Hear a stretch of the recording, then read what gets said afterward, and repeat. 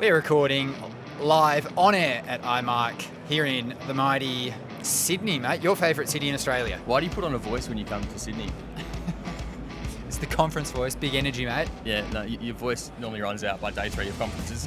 Mate, I'm pumped. We've got a couple of conversations that we teed up in preparation for our trip here to Sydney. Carson, our editor, legend, you've mashed them all together. Money Minds are going to watch an amalgamation of 3 conversations that we've just had with 2 royalty companies and 1 real assets big finger. Absolutely, mate. So we've got Randy Smallwood coming up, who runs Wheaton Precious Metals. This is a huge company. This is a huge company that flies a bit under the radar where we come from, just like the whole streaming and royalties industry does here in Australia. Behemoth. But as Randy has said in the past, 42 employees, $47 billion market cap, not so bad at all. It's a decent ratio. Yeah, and then we've got David as well, who we'll speak with. He was one of the founding partners of Sandstorm Royalties. Now, money miners might have seen that they had a fantastic transaction. They just got bought by Royal Gold, so new business coming out of the back of that after this big sort of deal that they've done. And again, lovely to sort of dig into how they sort of think about royalties, about asset lives, about MPVs. Don't give it all away, mate. Wrap it up. Mate, that's just a teaser. And then Jay Martin, mate, a fellow podcaster who hosts some pretty wicked conversations with people, like you said, in the hard assets, in the geopolitical kind of realm. So a whole bunch of wisdom in there. Yeah, always pops up on my recommended to watch feed. I'm sure you've seen Jay Martin on your YouTube feed before as well, mate. It's great, 3 great conversations. We've had great fun here at IMARC. Time to clock off and have some beers, I reckon, mate. Here we go.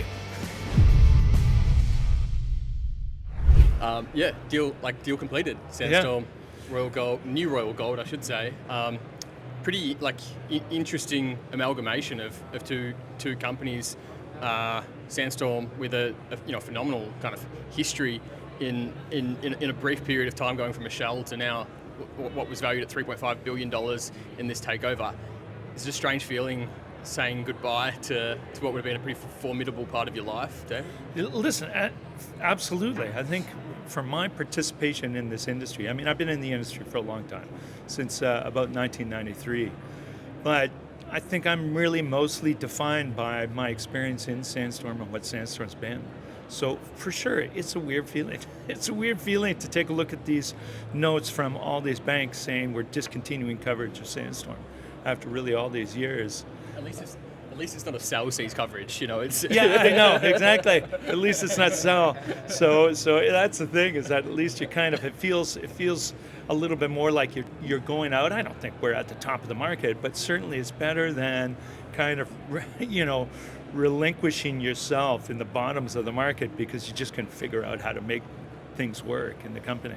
Well, it was structured in a share way so that you guys can sort of participate. We demanded. We made sure that it was going to be part of the share way because, listen, we're real big believers in what this new Royal Gold looks like. The real backstory is, and I don't know if you guys want to get into it now, but please.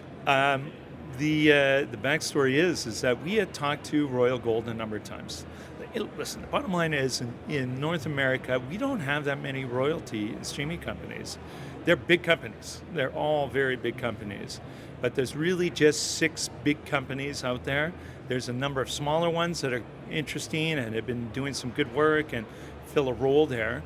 But we've all kind of had just about the same management team of those 6 companies. Since the beginning, we've all known each other as these companies have emerged, things like Triple Flag as they've come up. Those companies have been, we've known the management, we've known all of them. So we've always talked. We know each other implicitly. We understand how everybody does deals.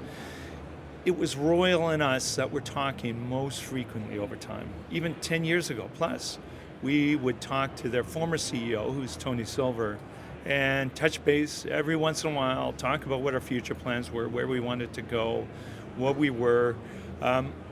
It was really just this last time, which came together actually relatively quickly, as of effectively March of this year, where it's felt like it was another one of those touch points. But then it became abundantly clear that Royal was very, very interested in moving forward and investigating this a little bit forward. Where does the kind of consolidation go from here with the industry? It's already fairly consolidated, like you said there. Listen, in the end, the beauty of a royalty or streaming company is that consolidation can happen really easily in these assets. Honestly, there's very little need for a management team of a royalty and streaming company. That I've always told people this, that if the entire senior management of Sandstorm all died on a plane crash, next day the stock price would go up, because we wouldn't be in a position to waste any more money on bad deals or anything, because the underlying assets, the beauty of what it is those underlying assets operate completely independently of where management sits.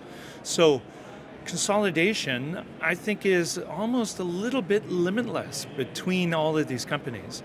I don't think you can get a company that's too big that just does royalty in streams. I think we've kind of proven that before. We at Sandstorm, we bought 5 other companies in our history up to this point, prior to selling to Royal Gold. And we would have been content to continue down that path. But honestly, when I see what's going on and where it is, I think it's just a matter of right time, right place for these companies to figure out how to combine and consolidate even further. Sandstorm's acquisitive nature, eased in the leading up the couple of years leading into this transaction. Is there an implicit statement there on how you evaluated valuations in the sector? You were more happy to be acquired than acquiring yourself?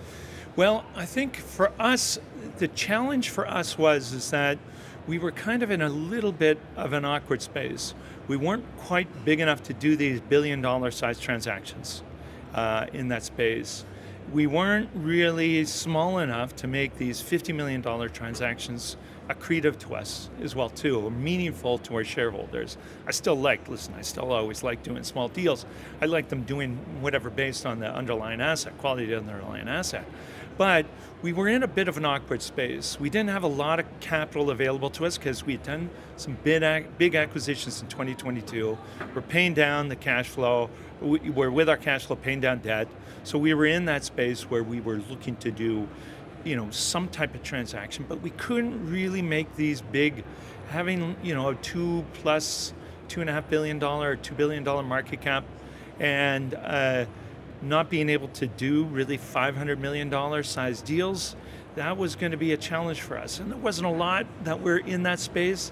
There's been more deals kind of in that $1 billion size transaction level, and a bunch of deals again that are not smaller. So we were, I think, concerned that we would struggle to really get the transactions done that we wanted to, that were going to make sense, which meant, listen, just hang on, grow size, see how that portfolio developments, which is a great market that we're in right now to see those types of things develop. However, when we were presented with this ability to combine with Royal, we brought something to the table that was really important to them, which was growth to 2030 and a long life beyond that. They brought a tremendous amount of cash flow, a big portfolio of assets that, even though they're mature, they still have a relatively long life associated with them. So when we looked at it from that perspective of, okay, well, what are we bringing to the table? What are they bringing to the table?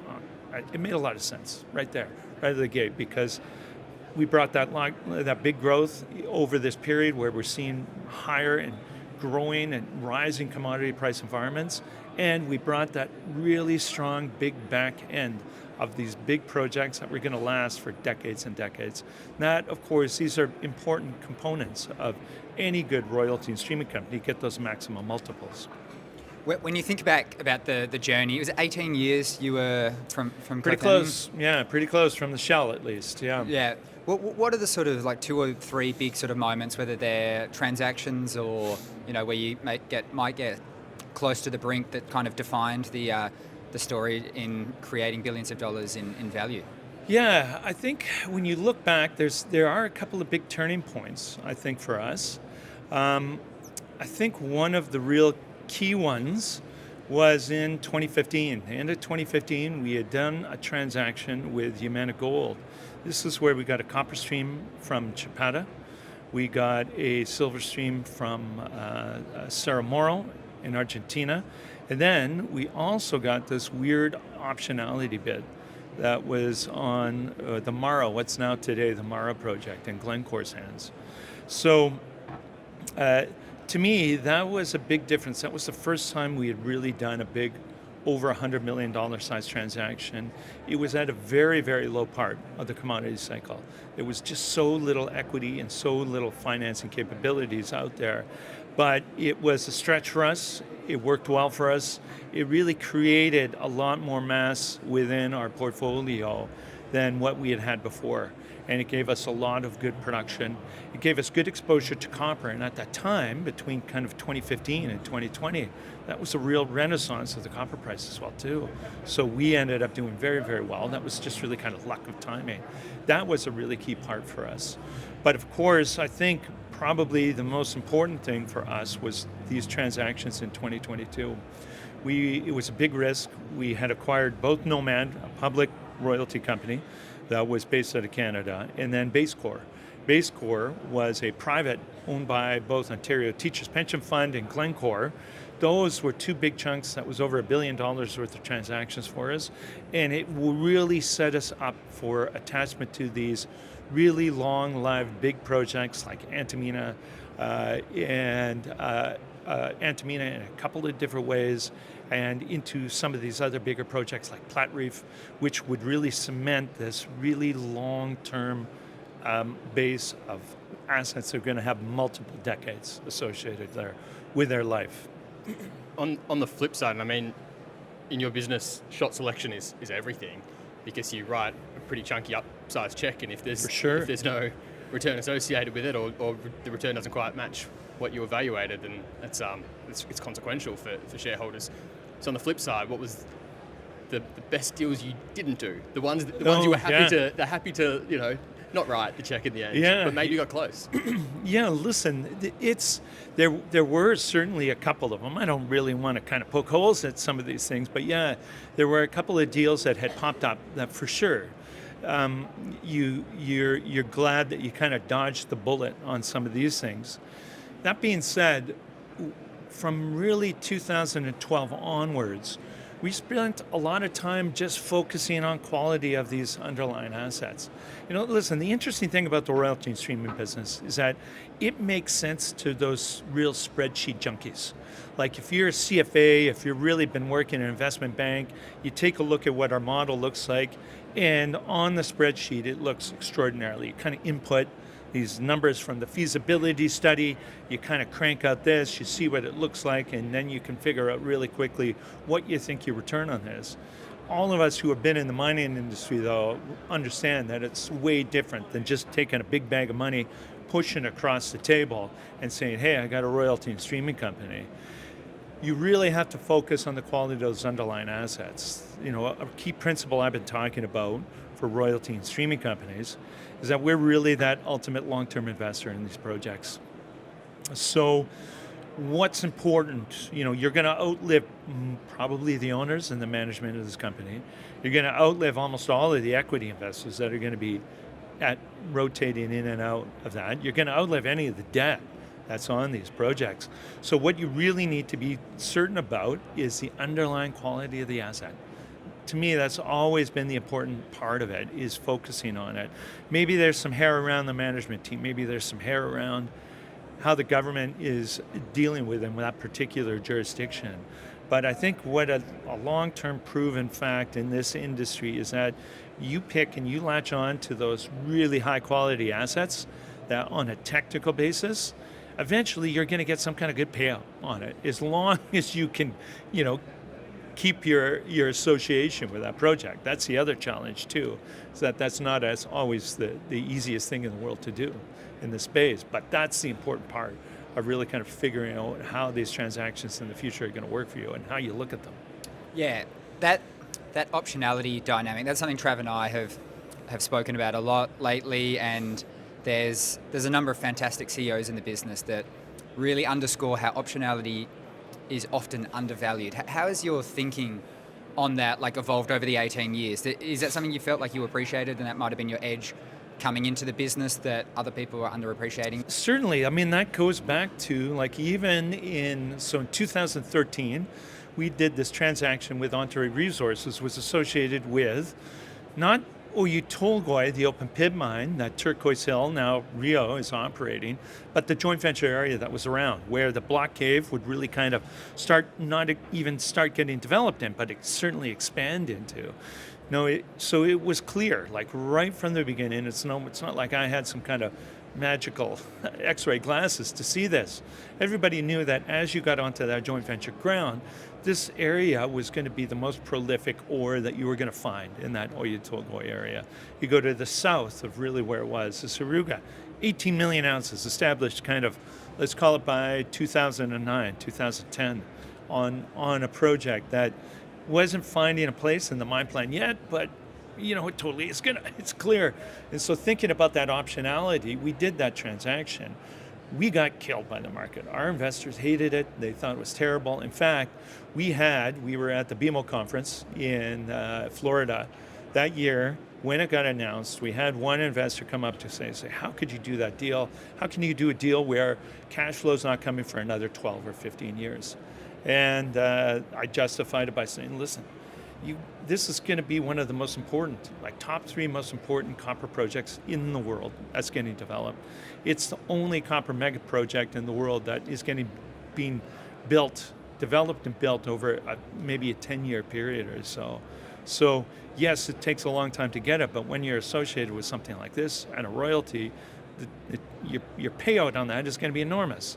That mattered almost nothing to him. That same investor, though, came up to us just 2-3 years ago and said, I was totally wrong. You guys, that was maybe the best deal that you guys did, because for that $20 million investment that we're making off of that royalty, just the royalty portion of it will pay that much for perhaps per year, and perhaps for 80 year, was probably an 80-year mine life on that. So, that's the thing. I think that royalty companies do trade at a really high valuation, but I would certainly argue that it's still lower when you factor in that optionality aspect of it, and how these projects and the extraordinarily excellent way that a royalty captures optionality in a project. That's, I think, that's really why royalty companies, I think, trade at discounts to really what mining companies are, because you get all that optionality, you get all that upside on these projects without having to be exposed to that CapEx issues, the shutdown issues, the cost issues associated and cost inputs into it. To me, they're still dirt cheap compared to actual royalty companies, even though they trade those high multiples.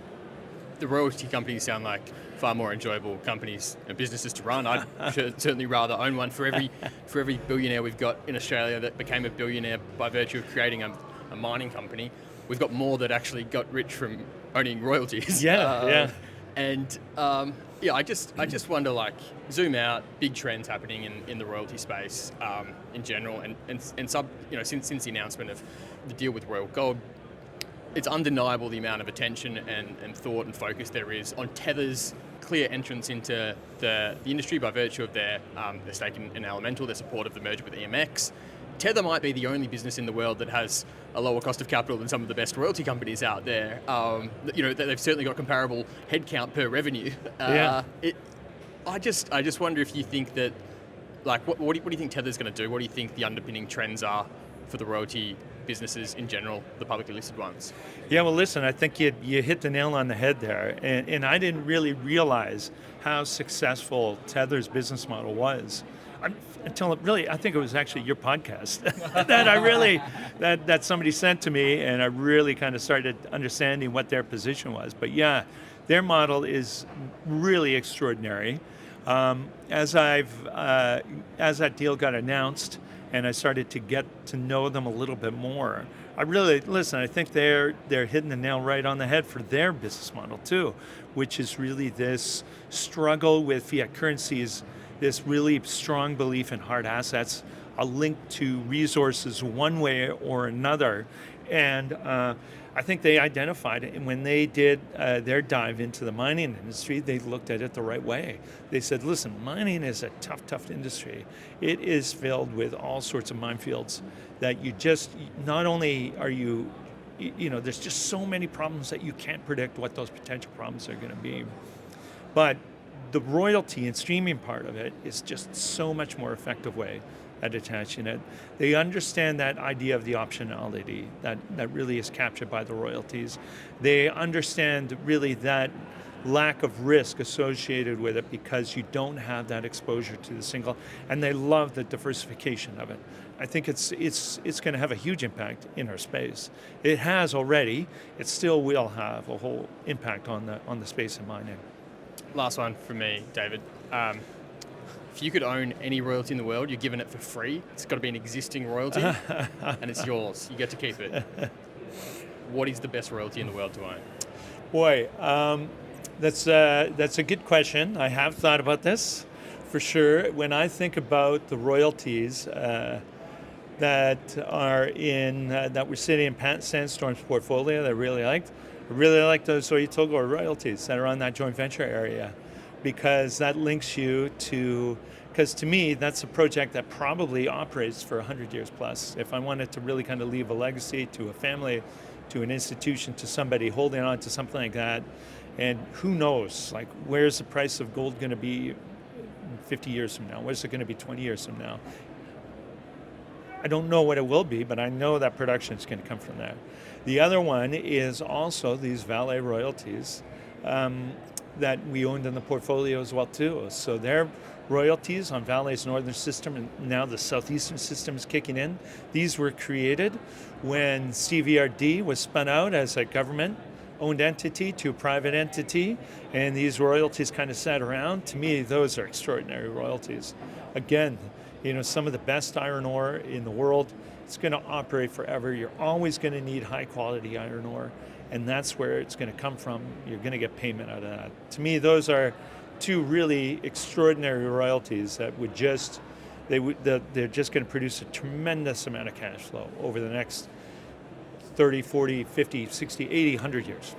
Putting your geologist hat back on, what are the one or couple jurisdictions or parts of the world that you're most excited about in just terms of their prospectivity and underexplored nature? Yeah, listen, I think the two areas that really have my eye upon them are Central Asia, all the way kind of from Uzbekistan to Kazakhstan, and then Saudi Arabia. To me, these are really interesting jurisdictions because they're really opening up their door. They're allowing work. They've understood really, especially places like Kazakhstan. Kazakhstan really understands well what it takes to really, for a junior company to really come in, explore, and start developing something that's going to be meaningful. Projects coming out of Kazakhstan on the copper side are going to be gigantic. They're going to be really remarkable coming off of there. In Saudi Arabia, what I really like about the geology that they have there, because I've been a big fan of the Arabian-Nubian Shield for decades, I know some of those VMS deposits that come out of there, man, really remarkable. You're going to find these 100 million ton plus VMS deposits that might be sitting at multiple % copper, plus the gold projects that are in there too. To me, I think these are good jurisdictions, but they have these collaborative governments that really not only are allowing you to really kind of do work and understand that timeline that it takes and the issues behind that exploration process, because you're spending so much time and so much money, and shrinking that timeline down is such a huge, enormous help for these companies, because I am really passionate about this idea that junior explorers need access to capital and build that. And the Saudi government too, really good at encouraging not only that, but they're providing grants for the exploration, for the development, and that support to really get projects through that first difficult hump, and then getting into that development phase. I think those are two great jurisdictions that both have the geology and the support from the government. I think they're great. Yeah, heaps of exciting stuff happening there. Last question. You've had an awesome 18-year spell. What is next for you and the team at Sandstorm? Yeah, Lee, listen, this was a clean cut from Royal. So we've got to go back. We've got to start thinking about what the next things we're going to do. Royalty companies and streaming companies, I think, are great. They're wonderful. My skill set, our skill set, I think, works really best when the market isn't nearly as prolific with capital and availability to it. So I think time is now is to sit back, start dreaming about what the next best investments anywhere in the world might be. Maybe kind of foster some of these assets forward. But maybe there is a royalty or streaming company, but it's probably several years off before I start that up again. Beautiful. Thanks a lot for your time today. Thanks, you guys. Really appreciate being here. Thousands of mining services companies here at IMARC, as there is every year, and you go to every single exhibition, you speak with these mining services businesses. Every time I learn about a new company, mate, I'm just reminded by how awesome Sandvik ground support is. Like, they're just the reference point in my head I can't get out, because it's phenomenal. They're a phenomenal business run by a phenomenal team led by Derek Hurd. The €1 billion man, Derek Hurd. Yeah, having a lot of conversations here about how mining's going underground, the future tech that's driving mining, all these sorts of things. And we know Sandvik ground support are the champions, mate. Spend a lot of money on R&D so they can make your operations safer. They can make the ground support even better so that you can get more tons out of the ground.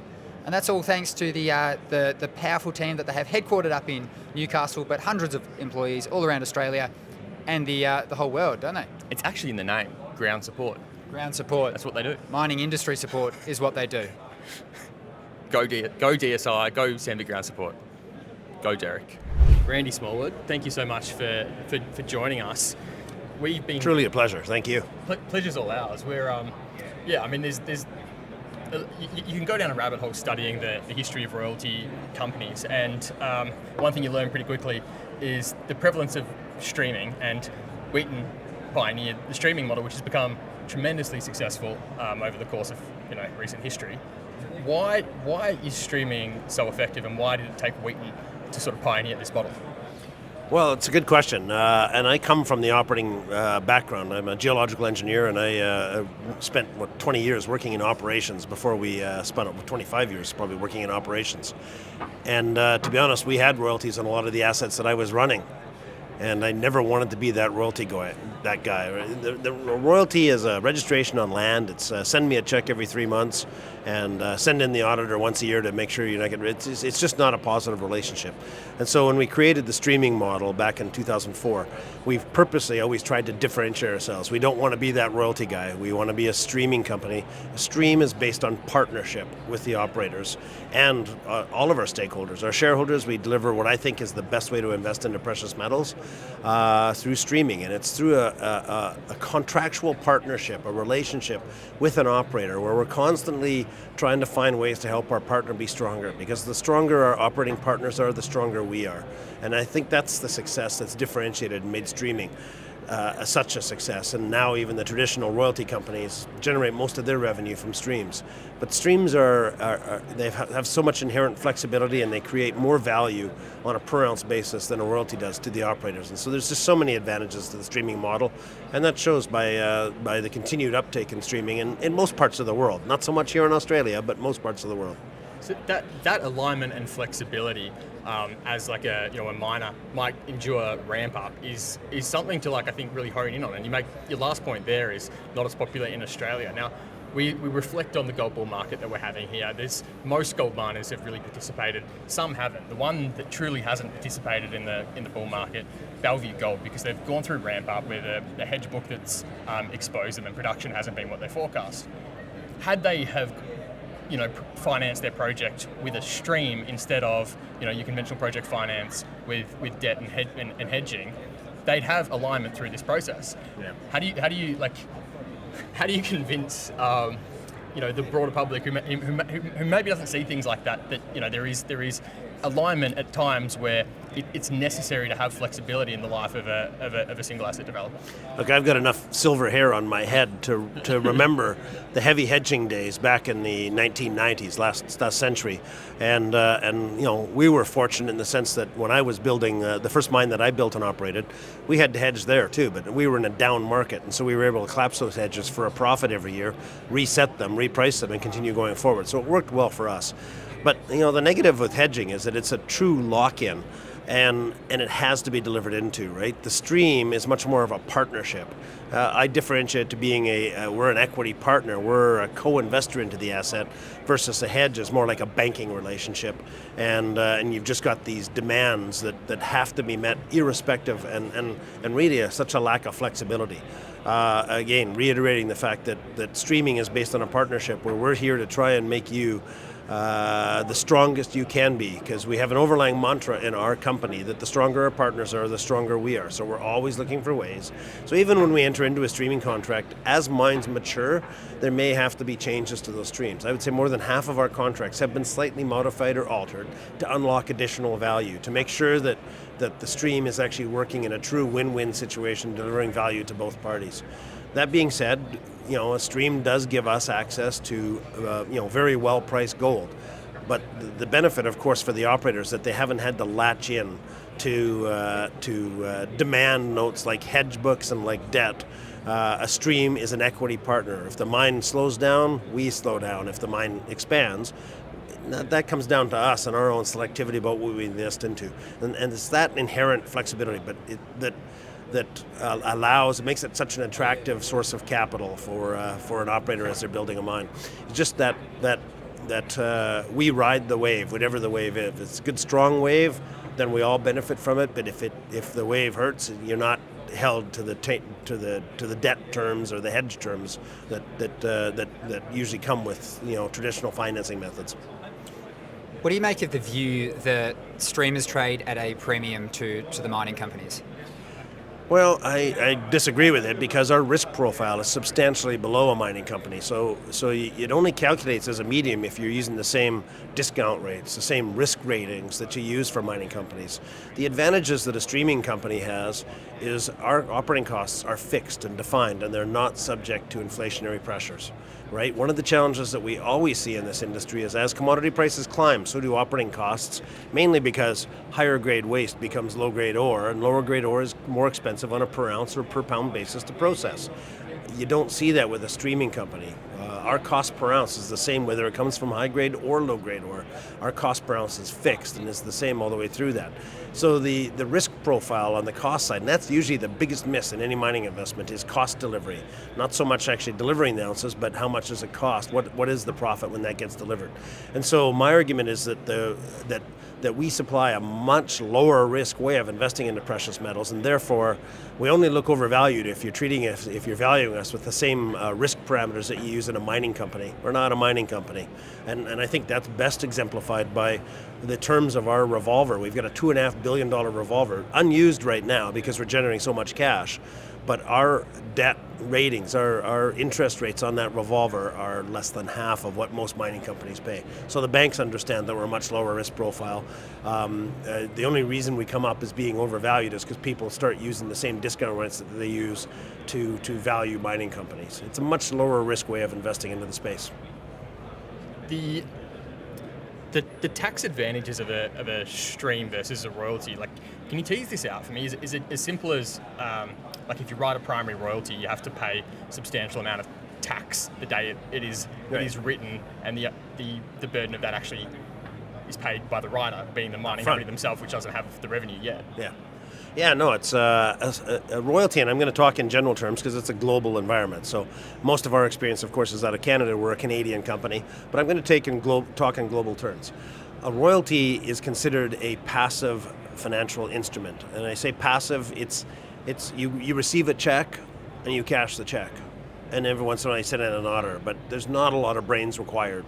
It's not actively managed. It's simply a matter of transferring that check and depositing it in a royalty. A stream, however, we get metal delivered to us. We get a share of the metal delivered to us. So when a copper mine produces 10,000 ounces of gold and we get 25%, that company will ultimately deliver us 2,500 ounces of gold. Now we have a choice. We can take it in physical. Doesn't make sense. Why would you risk all the cost of security and management and materials handling? Or you can take it in credit form. And for gold and for silver, we generally take it in credit form, mainly because we just don't want the extra costs and security challenges. But nevertheless, we own gold, we own silver, and that's a difference. It's considered an actively managed financial instrument. And most tax authorities around the world always treat passively managed instruments more aggressively than actively managed. So we have a metals trading team that takes our gold, takes our silver, we get a little bit of palladium, a little bit of platinum coming, a little bit of cobalt. We have an active metals trading team that optimizes and tries to beat LME averages in terms of pricing that we get for our materials going out. And so it's a much more actively managed financial instrument, and for that, tax authorities treat it less aggressively. And that's the huge advantage. Now, there's no tax leakage. An operation will still pay the same amount of taxes that it normally would. Our operators are paying taxes based on the spot price of the metal when they produce the metal. That's the huge difference. Royalties are a taxable crystallization of value up front. A stream, the tax is payable when the metal is actually delivered to us.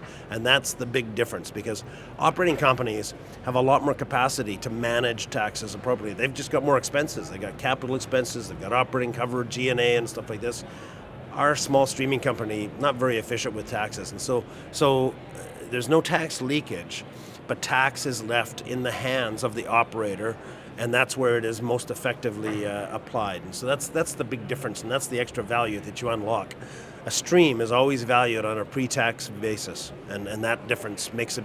That's why streaming is taken over for royalties. How do you think about, in this environment, an increasingly louder conversation around maintaining gold, silver, PGMs on the balance sheet as opposed to just cash? Well, it all comes down to needing capital and sourcing what the most competitive is, and there's certain times.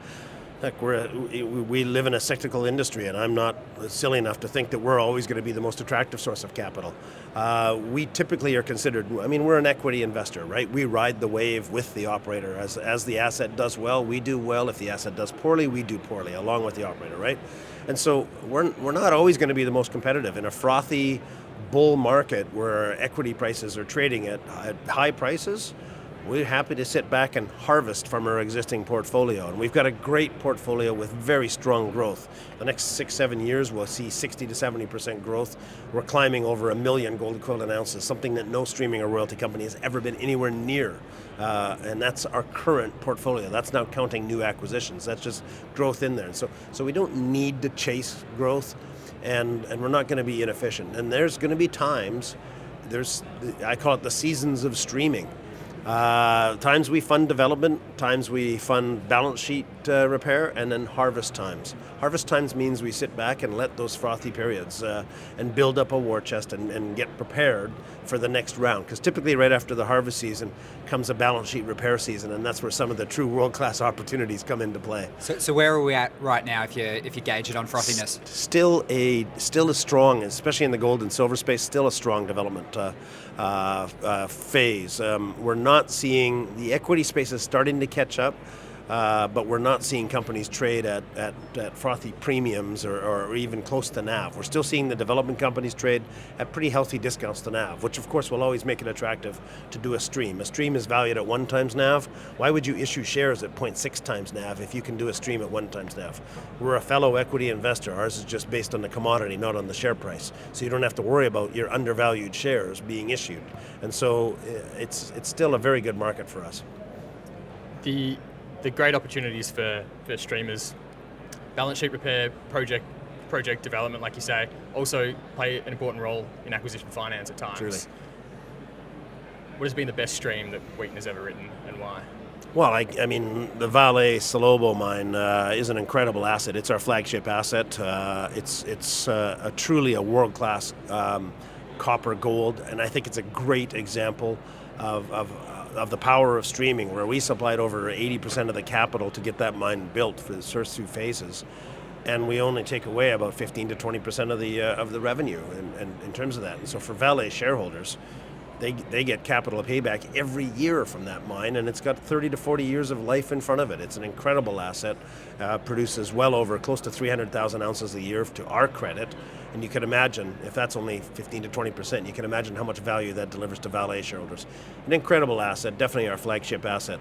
But I really do like the Montage Gold Koné project that we've just signed. It's in construction right now, and it's a unique one because it was a one-stop shop. It's the first major project where we supplied all of the capital, and it's a unique one because it not only does it have a normal stream in it, but we've also got an adjustable threshold structure over and above. And really, because what happened was when this single asset company, Montage Gold, went out to price debt to help fund with the equity that we were putting in, the debt was so expensive. And they came back to us and said, is there a way we can grow this stream to supply all the capital? And the structure has got inherent flexibility. There's no demand loans, there's no risk of cash sweeps. They're building this mine, it's on track. In fact, it looks like it's going to be ahead of schedule. It's moving forward in Côte d'Ivoire. And what we've got is inherent flexibility in terms of we get 20% of the gold, dropping down to 10% of the gold, dropping down to 5% of the gold as they meet certain production objectives all the way through. So, if they're late, we add on ounces at the end, but we don't ever put them at risk in terms of that. And that's the difference between how you can work with a streaming company to come up with a good, supportive, strong financing package that is truly win-win for them and win-win for us. All you have to do is look at Montage's share price once we announce this transaction. When all the shareholders out there realized there wasn't going to be dilutive shares coming to market to help finance this construction. It's been truly a very prosperous solution for both them and us. Forecasting the gold price forward on future deals you might do, or silver, whatever the metal might be, it's been a point of contention. So we've spoken about what the broker consensus is lately, and that is far below where we are right now. How do you kind of think about it when you're looking at prospective deals going forward? Well, we only look at broker consensus when we're trying to measure what kind of a public response we're going to get when we announce a transaction. We don't use broker consensus to guide our valuations and to guide our investment decisions because they're no smarter than we are. And I've been in this business for close to 40 years. I still can't tell you what gold's going to do tomorrow. It's a frustrating business from that perspective. So we don't put a lot of effort in. I will tell you that when it comes to our investment decisions, though, we don't, as bullish as I am on gold and silver, we don't invest our shareholders' capital on that belief. We invest such that if the commodity price stays where it is right now, we will deliver a reasonable rate of return to our investors. A reasonable rate of return, even if there's no price appreciation. Now we get to share that price appreciation if it comes, but I'm not gonna spend that money before we see that. That's irresponsible. And I know some of our peers have been overpaying for assets, trying to get their foot in the door. Not the right approach, right?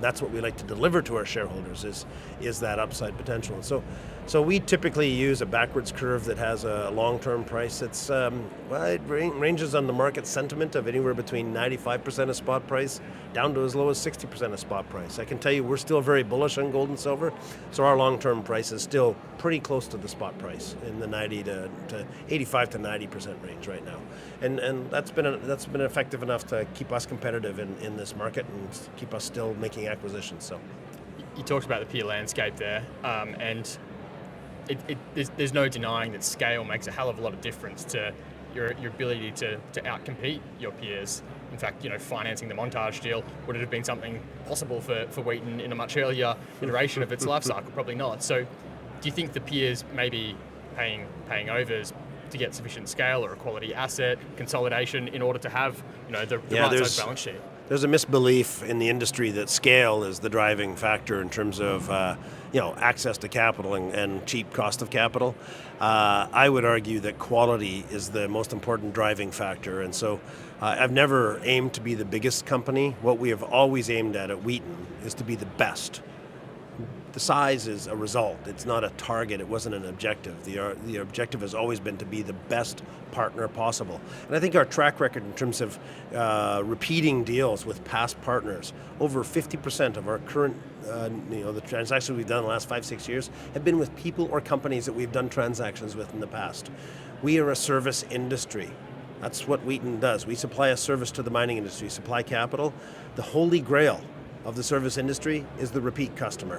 What we want is happy customers that come back every time they need capital. We are blessed with an industry that always needs capital. And so as long as they call us up and want to talk to us first, and they're confident that we will give them a fair transaction, that gives us an inside track in the space. And so as long as we keep on building on that, we're going to continue to have success.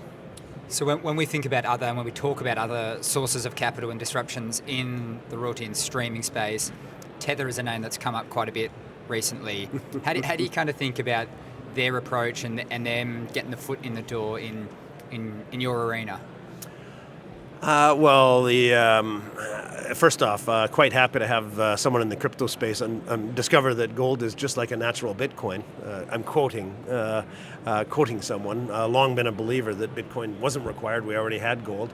But there's lessons to be learned from the crypto space. Now, Tether isn't really a crypto company. They're more of a stablecoin company, right? Their gold-backed stablecoin has not done well, hasn't been a success. It's challenged, and I would say that it's identified. It's really highlights one of the challenges that we have in the gold industry when it comes to investors coming into the space, and that is trust, is trying to build up higher levels of trust and confidence about the fungibility of gold and the provenance of gold behind it. And so in my eyes, that whole crypto and stablecoin experience has opened up opportunities for us. And I can tell you that my work at the World Gold Council and our work at the World Gold Council in terms of delivering a digital token is not far off. And we're hoping to elevate the level of trust and digitalize the way you can actually own gold, to make it easy and free to move it around quickly at low costs and dramatically improve trust levels.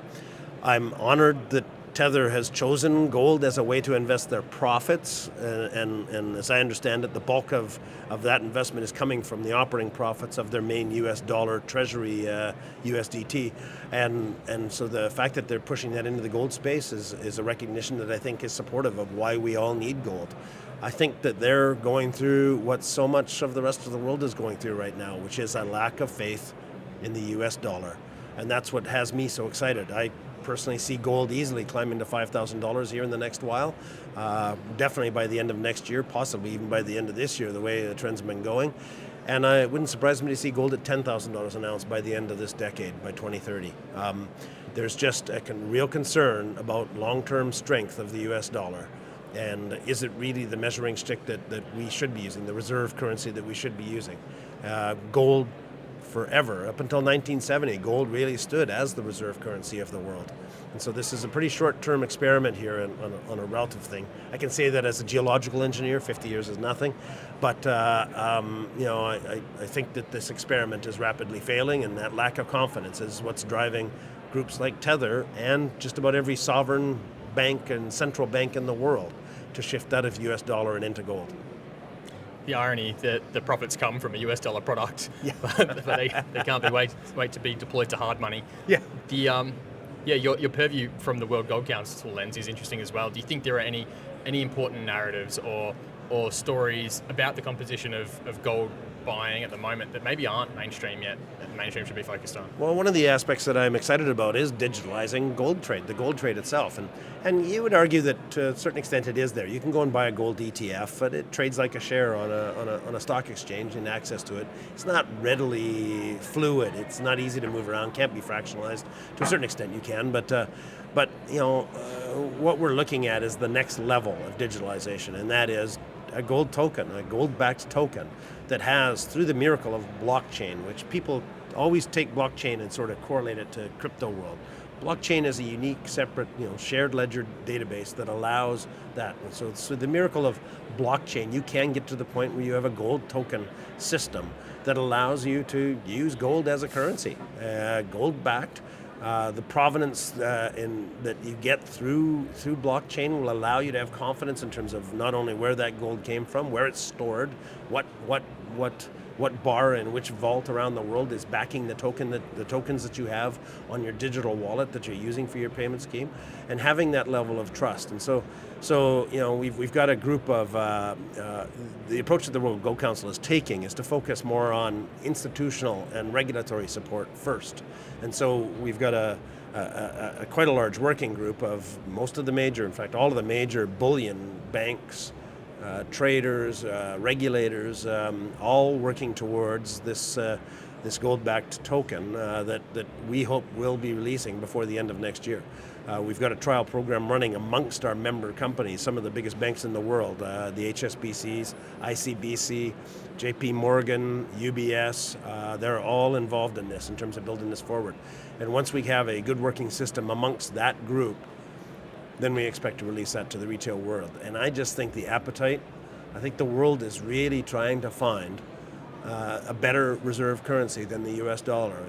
And I think gold has supplied that in the past. There's no reason it can't supply it in the future. It's a whole different aspect in terms of increasing the appetite for gold that I think even increases my excitement about where gold prices can go. Are there other currencies, sort of thinking about Chinese currency, that might come to mind that comes up in conversation with the World Gold Council and others? There's no doubt China wants its currency to be as respected as the US dollar. The one challenge that I think China has and anyone has that's trying to support a reserve currency, a reference currency, is that for it to be a reserve/reference currency, it needs to be abject of political influence. It can't be subject to political influence. And I would argue that one of the reasons we're seeing such weakness in the US dollar, the one unique aspect about the United States is the Constitution and how it separates or tries to separate the Fed from the government. And the Fed is the one that controls the US dollar. It's a unique aspect of the United States that has clearly been an important aspect that's brought the United States dollar to be the reserve currency of the world. Now, what we're seeing in the current administration in the United States is a real effort to try and extend political influence into the Fed. And that independence, that lack of independence, is concerning. And that's one of the reasons we're seeing such a shift away from the US dollar. My concern is I'm not sure if China will ever be able to get to that kind of a level of trust. And so you'll trade with the renminbi, you'll trade with Chinese currencies, but are you ever going to put it away somewhere and be confident that it's not going to be subject to political influence?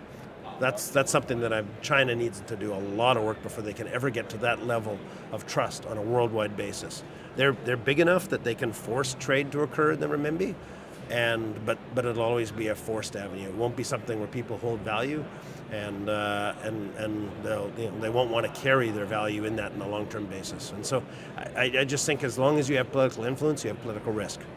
And as long as you have political risk, there's a concern. And that's the beauty about gold, is that gold is accepted universally by everyone, respected universally by everyone, and not controlled by anyone.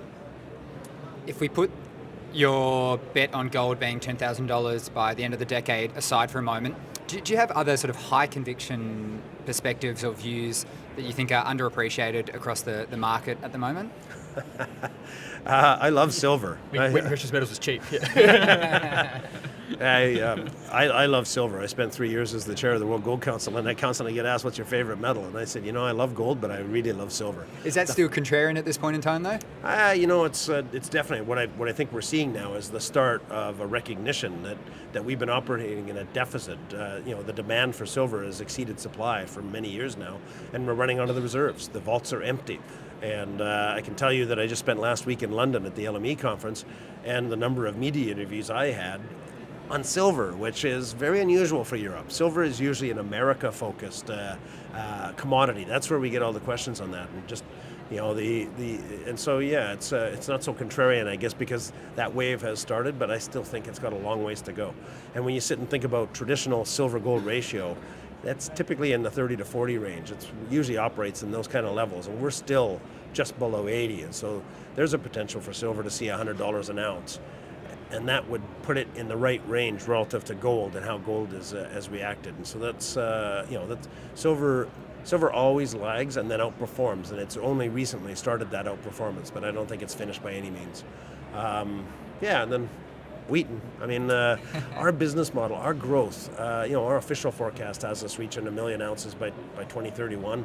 But with these high prices, every one of our partners is trying to find a way to accelerate their expansions, invest into exploration, move forward and bring forward. And I'm confident that we'll see 1 million gold equivalent ounces a year by 2029. Not our official forecast, but we've just got so many partners coming forward with accelerated plans for expansion.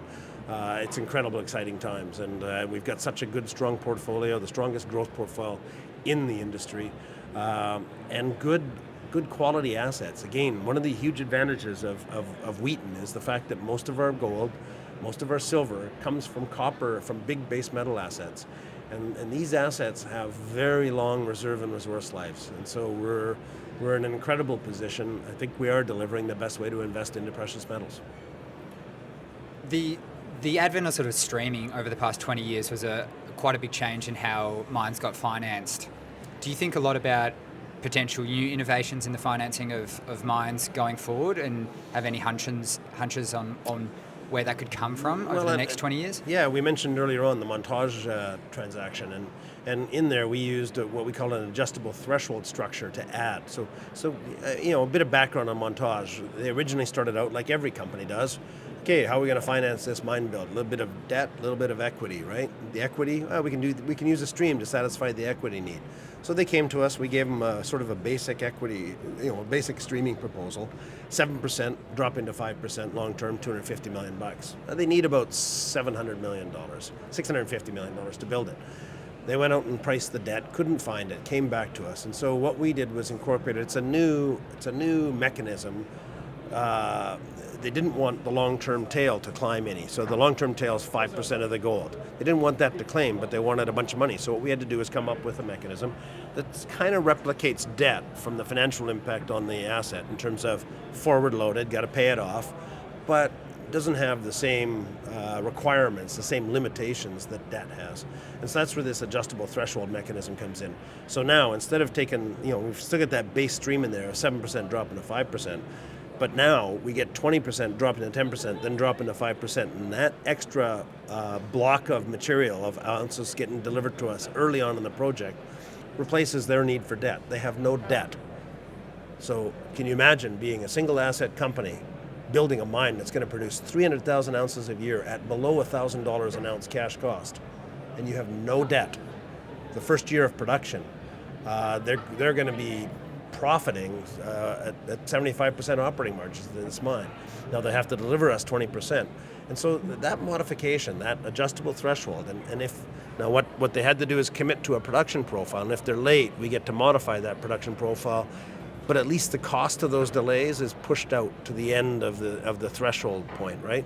So it's incredibly flexible for them. They have a choice. They can over-deliver and keep us whole, or they can push out the cost of that as they're working their way through the startup. Now, all things being said, Montage is doing a great job building this mine. It doesn't look like this is going to be an issue. It's not normal in the industry, but Montage is doing a great job. It actually looks like they're ahead of schedule. Very rare in this industry. Not too many mines I've seen finished ahead of schedule and under budget. Montage is doing a great job on that front. And so, but that mechanism has just created such, to me, it's streaming 2.0. It's the next level of streaming, where we can have that flexibility and can incorporate that. We're protecting our shareholders. Our risk profile is much lower than the Montage shareholders, because it's a mining company. But at the same time, they haven't gone through dilution, and they get the benefit of a good, profitable operation that the shareholders, the original shareholders, still own their piece of. They didn't go through excessive dilution to finance it going forward. It's a real win-win situation. One implication of that model I can think of for Wheaton is it even front ends the cash flow attributable to Wheaton, or the additional gold equivalent ounces in the early years. And so I know, like streamers, royalty companies, they tend to benefit over the long run. Rising commodity prices mean that cash flow grows year on year in general. But when you've got like a very substantially front-ended proportion of the life of mine revenue to Wheaton in those early years, then does the market maybe get ahead of itself on actually projecting a company like Wheaton's operational cash flow, and the multiples you trade on are actually not set to grow? They might diminish over time. Have you thought about the implications of that? It just means that we have to take that cash flow and keep on reinvesting it back into new opportunities. So you're right. When we drop from 20% to 10% and then 10% to 5%, that's going to be a drop in our production. So we better make sure we've got other projects coming in, and we are blessed with an industry that always has other projects. The one thing about record high gold and silver prices, there's sure a lot of, generally most of our business traditionally has been non-core byproducts from copper mines. But in the last 4 or 5 years, most of the deals we've done are core gold streams on gold mines. And the demand with these prices, there's lots of opportunities out there. So as long as we keep on reinvesting that capital, we'll be able to fill those holes. Randy, appreciate your time and looking forward to seeing more deals here in Australia. Thanks for that. I am looking forward to it. Love Australia, so love to spend more time down here. JD, we bumped into Jay Martin, famously of the Jay Martin Show and the Vancouver Resource Investment Conference. Jay, you've been talking about the merit of real assets much longer than we have. Big fan of the work you put out there, and I suppose having been in and around this investment thematic for so long, now that it's finally becoming popular and more mainstream, are you feeling a bit different about it? Yeah, first of all, thank you, Travis. Super generous of you to say, and I'm stoked to be here chatting with you guys. Yeah, there's core behavioral behavior that I've noticed since the market got a bit hot, right? Because gold is suddenly cool. Like, we haven't been cool for a very long time, right? The last 15 years, nobody cared about our industry, and now people do. And what I've noticed is that gold bugs and gold investors and silver investors, it's almost like they have so much PTSD from the last 12, 15 years that they forgot what a bull market feels like. Because as soon as any generalist investor or mainstream financial media pundit starts talking about gold investors start saying, this must be the top. It's getting too frothy, right? But that's what a bull market is. It's when the generalists start showing up, the mainstream investors start showing up. And by the way, even though that's begun to happen to a slight degree, I would say it's a slight degree. I have this little group of entrepreneurs that I travel with every year, and we were in Japan a month ago. Successful guys, they all, founders of 7 and 8 figure companies, critical thinkers, got a bit of cash. They're in the market. Not one of them would even think about putting $1 into the gold market. They're just chucking cash at the QQQ or the broad equities market like it is the most obvious thing that any investor should do. And I just use that example because inside the industry like we are, we feel the froth because the froth wasn't here 2 years ago. So it's very noticeable to us. But on the outside, we're not even a blip on the radar yet. And so, early innings in this precious metals bull market, that's my take so far. Well, that PTSD you talk about is really interesting because it's not just the investors, it's the companies as well. The companies are so scared of misbehaving, of doing expensive acquisitions and all these sorts of things. And we're starting to see the early signs of good cash flow coming through. And I think they all think eyes are on us. We need to behave here and show investors that we can reward them and those sorts of things. Would you agree? Same in Canada? Yeah, 100%. And that's a really good observation because the PTSD is a very positive thing, right? Especially for the company executives that are very concerned about how they're spending their treasury. Are they being good stewards of shareholder capital? Because it was extraordinarily bad behavior in 2010, 2011, 2012 that put the market into this 10, 12-year hangover, right? It was egregious G&A. I mean, I remember the market in those days. It was loud, it was noisy, it was pink socks and flamboyant promoters, and I don't miss it at all, to be honest. I love that I cut my teeth in this industry from 2013 to now, because the easy money wasn't here. So the easy money investors, brokers, promoters, they left, and anybody who stayed was down to work really hard to make money. It should be hard to make money. It shouldn't be easy, And so I hope that company executives keep those memories front and center. And I hope investors do too, because, as the market heats up, people are making money. We're seeing returns in the speculative market that we haven't seen in a long time. And I'm in a handful of sort of WhatsApp and Signal investor groups, and gold and silver investors are celebrating big wins, 300%, 400%, 600% wins, but they're not taking any principal off the table yet. They've got some price target in their imagination, and they're like, I'm holding out for that. But, it's very important when the market hands you a gift like this that you do de-risk a little bit from those speculative positions. Now, I think we're in a secular bull market. I'm very convicted about that. And you can park your cash in certain companies to ride out a secular bull market, but those are high quality cash flowing companies with good jurisdictional diversification, companies like Agnico, Newmont, Wheaton Precious Metals. Park your cash there and ride out the near term volatility that exists in a long term market, because both things can be true. We're in a secular uptrend, but inside of that, traders will trade up and trade down and trade up and trade down, and we'll see a lot of volatility in that uptrend. But in the speculative market, that's not a place where you park cash for the long term, because you're not relying on quarterly earnings. You're relying on a catalyst that may or may not come that would appreciate that share price. Maybe that catalyst is a discovery. Maybe it's market sentiment and momentum. Well, that's here now, right? So if you're up 100%, 300%, 400%, I'm not saying take it all off the table, but take some, right? Because rule number one is stay alive, right? Don't lose money. And all the best investors in our industry and every industry became that because they stayed at the table longer than anybody else, right? It was duration that won the game.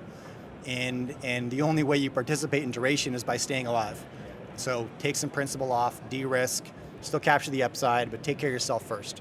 One thing I've noticed here, though, is that in Australia there is far stronger government support than I see back home. I mean, every region of Australia, we have Canadian governments. Government of Ontario is present here. I've seen India, many countries. We don't have that kind of representation or participation yet in the Canadian market. And that's curious to me. I think it's whatever they're doing a great job. You know, I'm impressed. Yeah, I don't think it's remarkably different to Canada in the sense, like most of the support is, there's low-hanging fruit, right, to really move the dial in like, you know, the minerals extraction industry. And a lot of that is just getting out of the way of private industry. And our government doesn't do a great job at that. In fact, a lot of the support comes in forms that are, you know, much more, you know, onerous or inconvenient, or it's financing projects that shouldn't be financed in the first place. And that's not good for capital formation in any sense of it. So, like, I think in general, pretty similar to Canada. Yeah, well, that's astute, and I think that I'm on the same page as you. I'm a small business entrepreneur. I'm a free market guy, but we're, I believe, about to see a lot of state creep into our industry that we haven't seen before.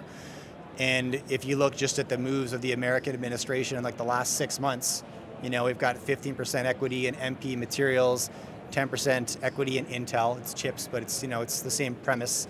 10% in Trilogy Metals, 5% in U.S. antimony, 10% in Lithium Americas.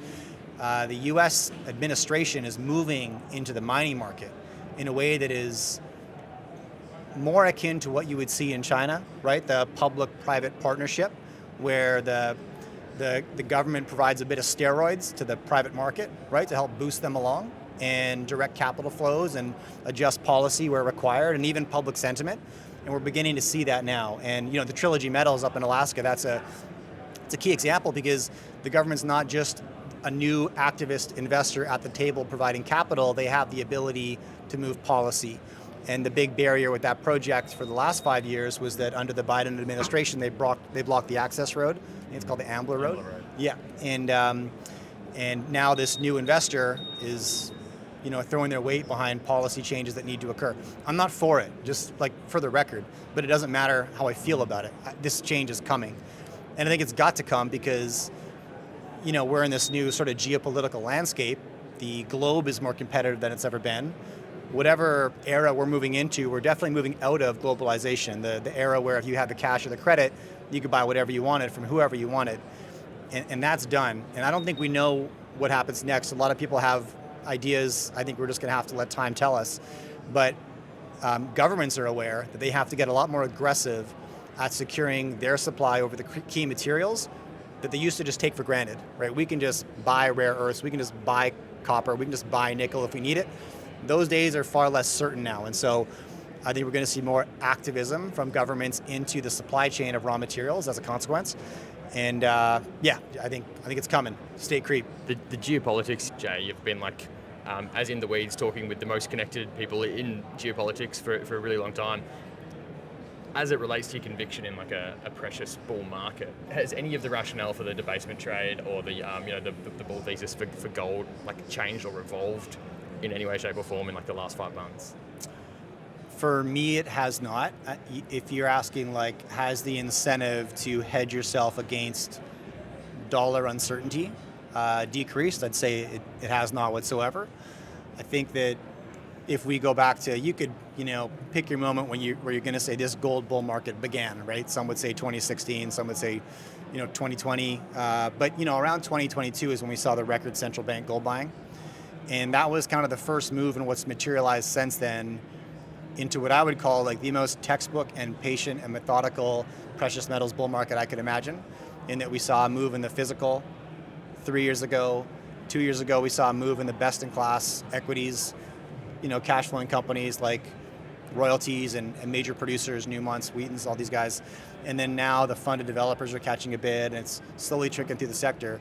But that origin in 2022 was built off of two assumptions, one being we assume the US dollar will continue to be devalued in the future. We assume we're going to keep printing that currency. And the second is we assume American geopolitical strategy is going to be less certain than it was the last 40 years. So unless those two assumptions are no longer true, and I think they are, I don't see the thesis as any different. And I think central banks, I think institutions and retail investors alike still believe in those two things. And so they're still, in any way they can, looking for optionality, right? And gold is like a nice adjacent bet, right? It's highly liquid. It's the most liquid asset in the world next to US dollars. And so it's a good lifeboat to park your treasury in. I'm curious to hear, Jay, how your thinking on state ownership of assets has changed, because clearly we have been on a track that is unsustainable. China has bit by bit increased its refining, smelting and production of nearly every single metal.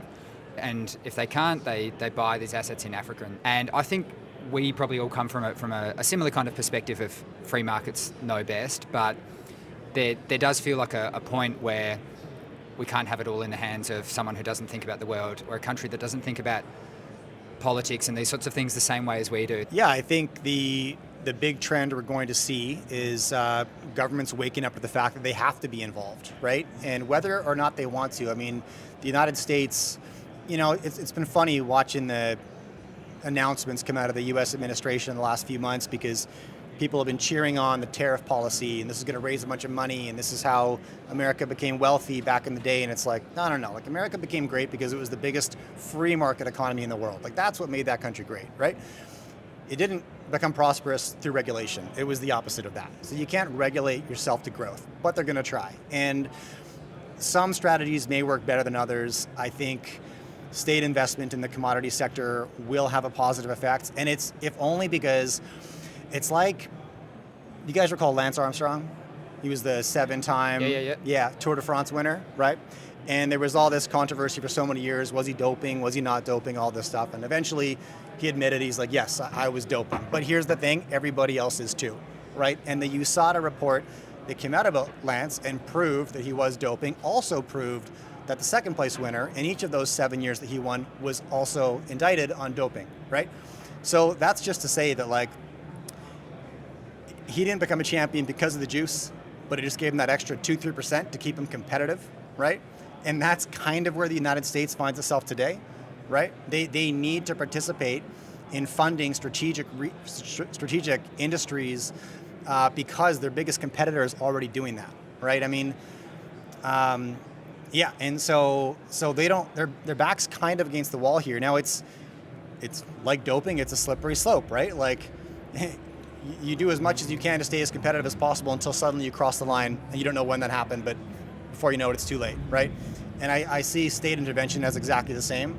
A little 5% piece here. Let's move this project along here. Let's get this road built up in Alaska there.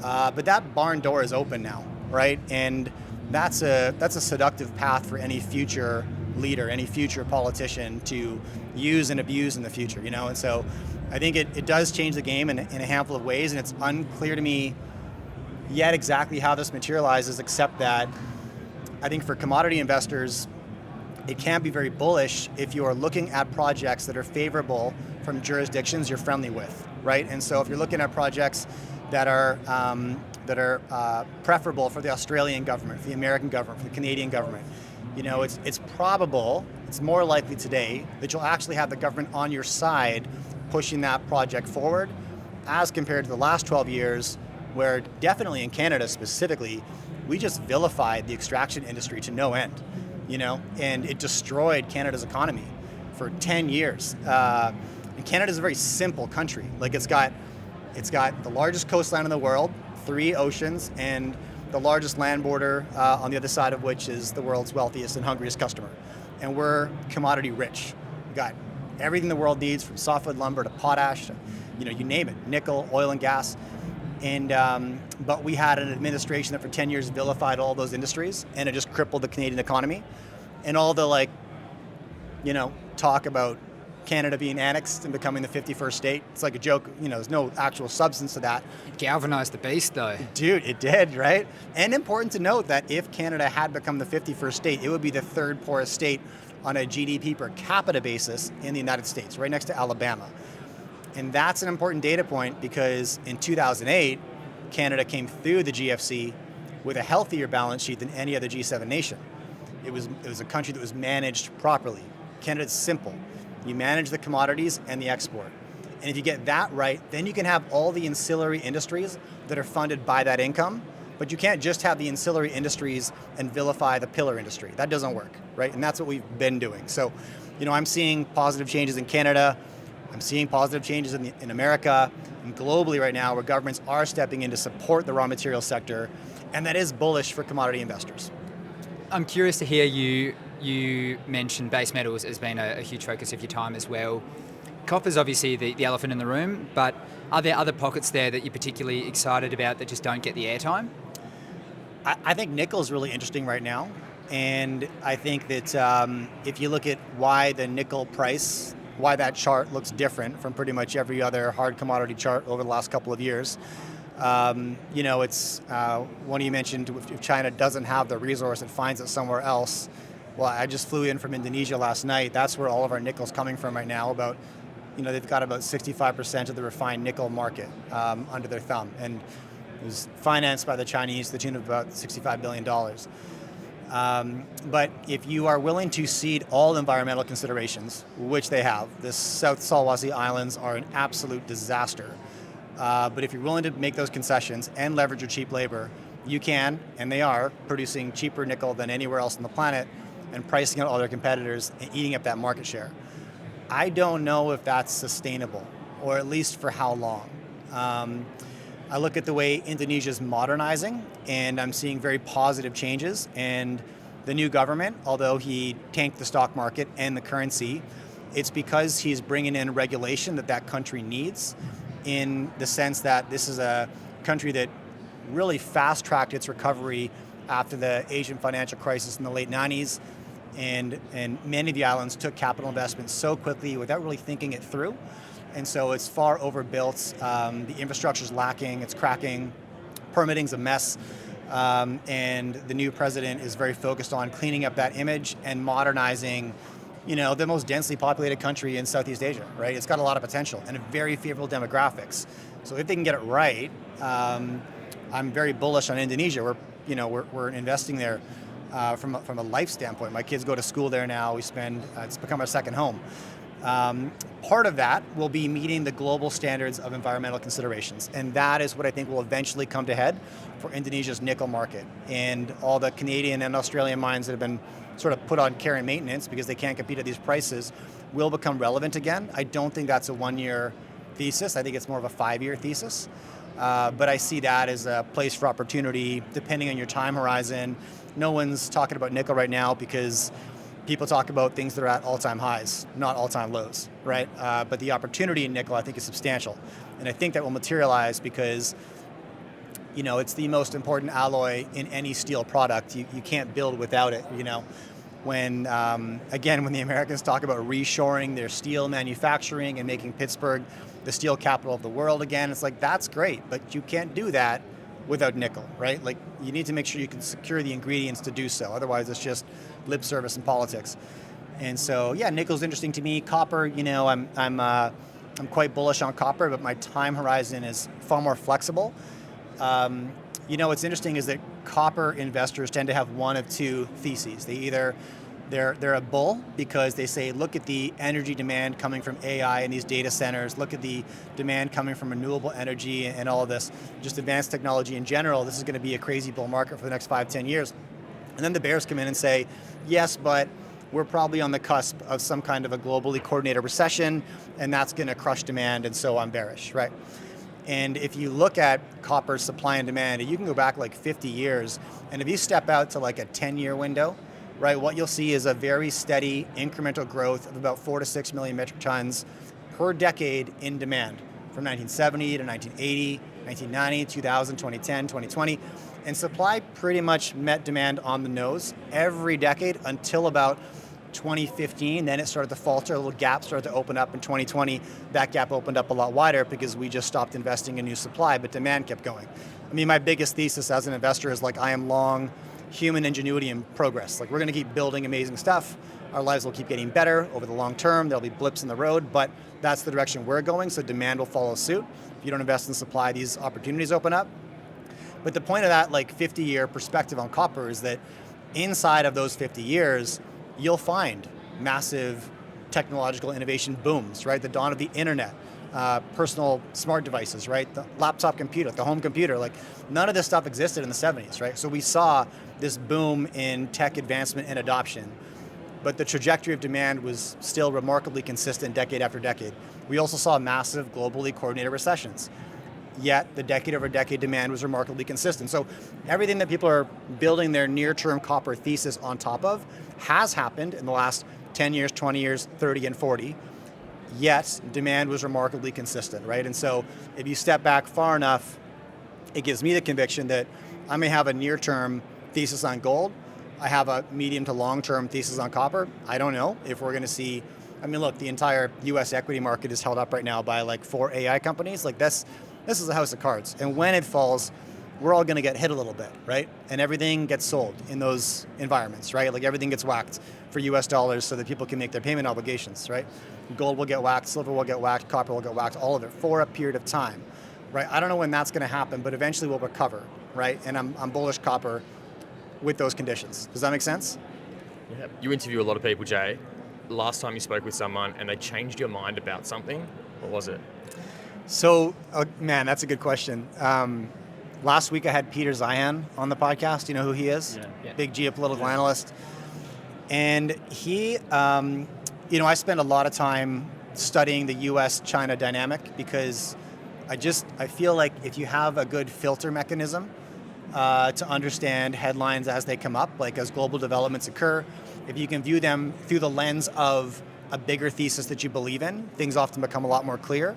I tend to view a lot of major global developments through the lens of US-China competitiveness, right?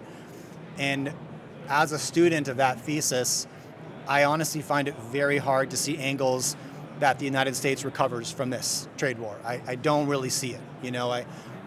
Look, my family's American, my wife's American, my kids are American, I'm Canadian. I'd love to see it, I just don't. I can't see the angle. But empires fall, like this happens, right? We've seen 5 empires in the last 600 years. So we know how fast the puck gets passed. And turns out London's still a great place to visit, right? So New York will be as well. But the game will change. And Zeihan's highly convicted that I'm dead wrong on that. And the reason is because China's demographics are far worse than we understand.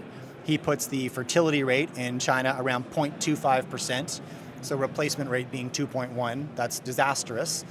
And that's a consequence of state creep going too far, right? A little bit is helpful, too much is disastrous. If you're going to engineer some resource sectors, that might be advantageous. If you're going to engineer, like social engineer, like one-child policy, that can really hurt you down the road. So, that's the situation that he claims they're in.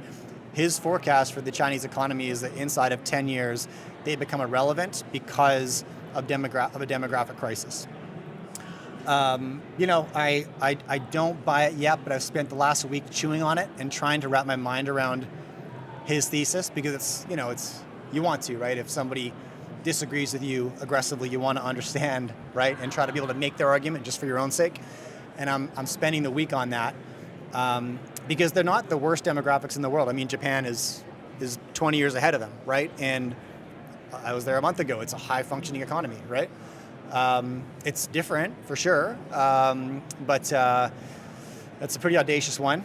It counters everything I believe, and I'm trying to understand it myself.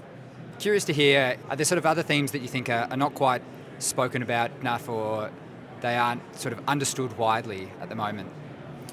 I mean, adjacent, I guess, to the debasement trade would be the sort of creep of de-dollarization in the global market, and how that will I think, continue to destabilize the American economy over the sort of medium term, I'd say. And actually, I'm sure you guys saw this, but it was end of September. China imports more Australian iron ore than anybody else in the world, like 719 million tons per year. It's like $75 billion worth of iron ore. And at the end of September, this came from the top, we are pausing all new orders of Australian iron ore from BHP in US dollars. Now, we're not pausing iron ore imports, we're pausing iron ore imports in US dollars. And as I understand how those negotiations have landed, BHP agreed to sell 30% of their iron ore in renminbi and 70% in US dollars, right? And so of spot sales, yeah. So the long-term contract stuff hasn't changed, but they're you're like what you're talking about is correct. There's been a pretty the negotiations with CMRG are like very hard to figure out what's going on, but there's some funny games being played between BHP and CMRG. On the flip side, it's like, well, how does this unfold? Where can the iron ore exporters actually like negotiate from in return? We almost need an OPEC for the iron ore producers to consolidate their selling power at the same time. If the funny games are being played, I don't know how far you've thought that one through or consider it. Yeah, well, 100%. I mean, when your biggest customer makes a claim like that, and it'd be easy to say, well, there's no possible way China stops importing iron ore. I mean, manufacturing steel is such a pillar of their economy. It's obviously a bluff, right? But they have a lot of political will, and they can. Yeah, and I think that point, like, you're right. But now right now is different for a few reasons. One, they've built up like tremendous stockpile. Plus, you've got Simandou coming online at the same time, and then when you've got the growth of CMRG, like I thought it was a remarkable tell that the BHP seeded, not CMRG. Agreed. Yeah, and you got to think there's a handful of ripple effects from that. Number one, the rest of the world wanted that deal to happen, right? Because the rest of the world doesn't care what's in BHP's treasury. They don't care what currency, CMRG and BHP are trading in. They care the 75% of the world that relies on Chinese cheap steel. That steel keeps arriving, right? So whatever deal you have to get done, just get it done as long as what I need keeps arriving, right? Because every economy's first priority is themselves, right? Their own prosperity and stability. And so, and now BHP is in the position, I suppose, where they're going to start accumulating a renminbi treasury and have to spend that somewhere. They could just convert to US dollars, but as any non-US business owner knows, currency risk is a real thing. It's annoying, it's expensive, right? And when you're dealing with tens of billions of dollars, that's a real headache. So I don't see that as the best option, although it's probably the near-term most probable one. It's more appealing if they could find a home for that renminbi, another supplier that will accept renminbi per transaction, right? And so there's a perspective here that I think BHP is now incentivized to see more major companies or economies de-dollarize so that they have a home for that renminbi treasury. I think the biggest win here is that China can now go to the rest of the world and say, this is new precedent. This wasn't a deal with Indonesia or Vietnam or Brazil or India. This was BHP in Australia. They'll now transact in renminbi if we put our foot down. So this is how we do business now. It was good enough for BHP, so it'll be good enough for you. And I think that's, when these things happen, it's always like the start of or the part of a trajectory, right? They're never one-off events. So if I put myself in the shoes of the negotiator on the Chinese side, it's a big win just from, if nothing else, just publicity, right? This is now something you can take to other tables and say, this is how we do business now, and precedent set, right? So yeah, it's a bit of a shift in that regard. It's been great chatting, Jay. Love getting your takes, hearing your perspectives on a whole bunch of geopolitical issues and the conference you got coming up in late January. That's right. Yeah. Thanks, Jonas. It's been great chatting with you guys too. So love to see you guys there in Vancouver, January 25th and 26th. It's the Vancouver Resource Investment Conference. It's an investor-centric event. So we have about 9,000 investors that attend. I fly in around 100 keynote speakers, and when you walk into the conference, it's like a marketplace of junior mining investment opportunities, and there'll be around 300 companies exhibiting at the show this year.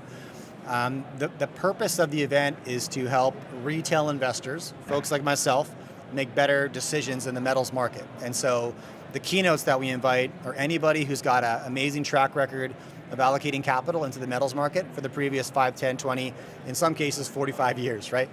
And they come to share where they're putting capital in the year ahead. It's a ton of fun. It's 2 days. It's jam-packed. And love to see you guys there. It's a good time. Awesome. Appreciate it, Jay. We'll share some details in the show notes. And that's all, Money Miners. Hope you enjoyed those conversations with our 3 guests. We've had a blast here recording live on air at IMARC.